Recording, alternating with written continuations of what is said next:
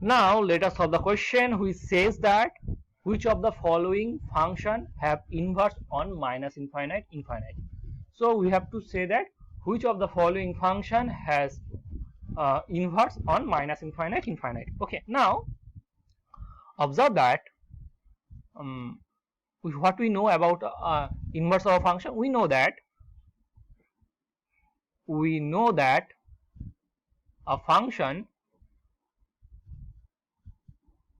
f such that a to b is invertible if and only if it is bijective, right?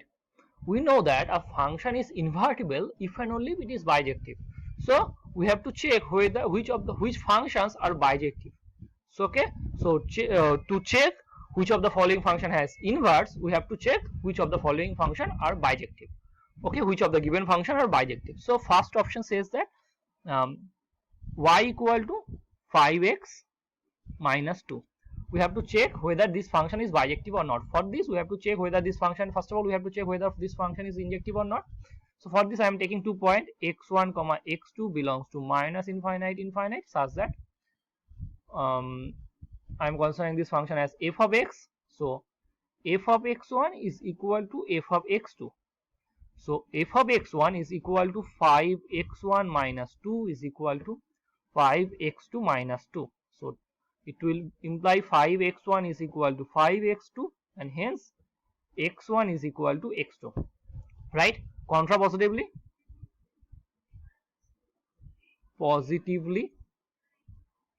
x1 not equals to x2 implies f of x1 is not equals to f of x2 and hence f is injective, right?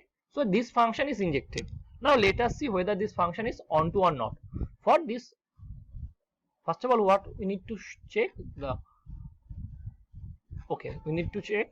Let us take a point. Let y belongs to minus infinite infinite. Okay, so we have to check whether y has preimage under f or not. So for this, let there exists x belongs to minus infinite infinite such that f of x is equals to y. So f of x is equal to 5x1 minus 2 is equal to y. So it will be imply 5x1 is equal to y plus 2 and it will imply x1 is equal to y plus 2 by 5. Now if y belongs to minus infinite infinite, then this value again belongs to minus infinite infinite, and hence I can say that this function f is onto also. F is onto. F is onto. If f is onto, that is surjective, and hence f is injective and surjective. Consequently, I can say that consequently f is bijective, right? Now if f is bijective, I can say that f has inverse. So option A, that is f first function is invertible. So I am marking it, A is invertible. Option B says that y equal to 1 minus x square. Okay, so y is equal to 1 minus x square. Can you say this function is injective or not? First of all, let us take 2 point minus 1 and 1 belongs to minus infinite infinite. We know that minus 1 not equal to 1, right? But 1 minus minus 1 squared is equal to 1 minus 1 is equal to 0, and 1 minus 1 square is equal to 1 minus 1, it is equal to 0. So minus 1 not equal to 1, but 1 minus of minus 1 squared is equal to 1 minus of 1 squared, and hence I can say that this function is not injective and therefore this is not on bijective, and hence this function has no inverse. Okay, so this has no inverse. Now let us talk about the third function. So this is not invertible. So option C says that y equal to x cube minus 2. So let us see the options. Let us see whether this function is injective or not. So y equal to x cube minus 2. Okay, let me reconfirm it again. Y equal to x cube minus 2. Yeah, I am considering this function as gx. Okay, first of all, let us check whether this function is injective or not. For this, taking 2 point, let x1 comma x2 belongs to minus infinite infinite with g of x1 is equal to g of x2. So it means x1 cube minus 2 is equal to x2 cube minus 2. So it will imply x1 cube is equal to x2 cube. Okay, now x2 cube. Now it will imply x1 minus x2 into x1 square plus x1 x2 plus x2 square is equal to 0. So there are two possibilities, either this 0 or this 0. Now if x1 square plus x1 x2 plus x2 square is equal to 0, we know that then x2 is equal to nothing but minus omega x1 and omega square x1, right? Then x2 becomes an imaginary function, but we know that x2 is our real number, so this is not possible, and hence this is possible only. So x1 minus x2 is equal to 0, so it will imply x1 is equal to x2, right? So this function g is injective. Okay, so therefore g is injective. So I am writing this, g is injective, right? Now we have to check whether this function is onto or not. So for this I am taking a point, let y belongs to minus infinite infinite. Okay, and let x be a pre-image of y under g. So I can write g of x is equal to y. It will imply xs cube minus 2 is equal to y, and it will imply xs cube is equal to y plus 2, and hence x is equal to cube root of y plus 2.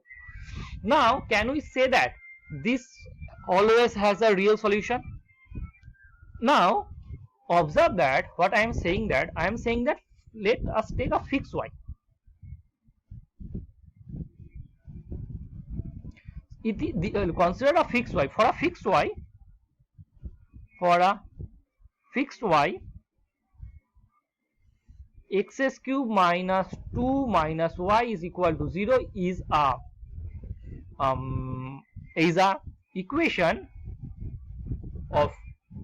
equation, right? And is a cubic equation, right? In other words, I can say that is a cubic equation, right? Cubic equation. Now as the coefficient of you can say that this is, as this is a cubic equation, then by fundamental theorem of algebra I can say that it has 3 roots, right? It must have 3 roots. Now you observe that as y is real number, 2 is real number, and coefficient of x's cube is 1, which is again a real number. So coefficient of this equation, all the coefficient of this equation are all real number. Hence I can say that if complex roots exist, then they are always exist in pair, and hence I can say that this equation must have a real root. Okay, as this is a cubic equation, so this must have a real root, right? We know that any odd degree equation must have with coefficient from r must have a real root. Any odd degree equation with coefficient from r must have a real root. First of all, here most interesting thing that the coefficient must be chosen from r, as you can observe that x minus I, x minus 2i and x minus 3i is a cubic equation. If you multiply these three, it will become a cubic equation, but all the roots are complex number. Here you will find a coefficient of x or x square or x cube which is not a real number.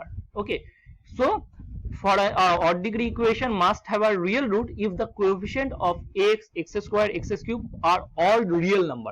You can see that the coefficients are all real numbers, hence it must have a real root. So for at least one, there exists at least one real solution. So I can say that this belongs to R, and hence this function y g becomes onto again, and therefore g is bijective, and hence g has an inverse. So A and C are invertible. So A and C are invertible. So option C is our correct option. Okay, that's all about the question number